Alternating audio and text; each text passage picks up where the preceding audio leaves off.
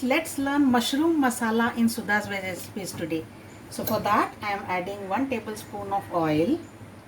Also for a distinctive flavor, just 1 teaspoon of ghee.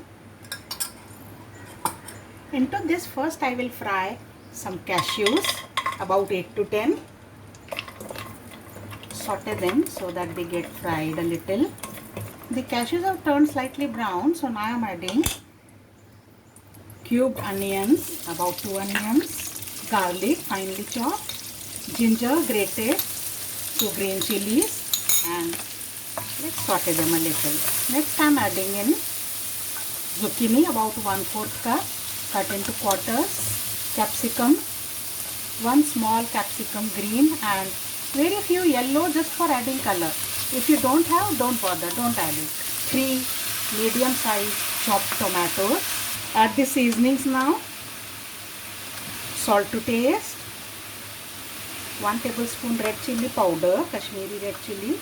1 teaspoon of coriander powder and 1 teaspoon of cumin seed powder. Mix well.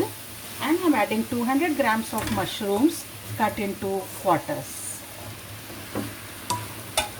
Also goes some boiled green peas into this, and we cover this.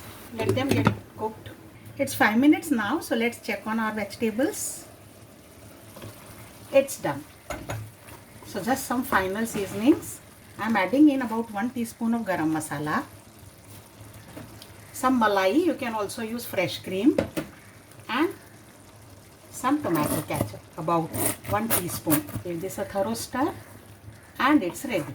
You can also grate some cheese cube into this if you like, but Malai or fresh cream should be better. Let's play. So mushroom masala is ready.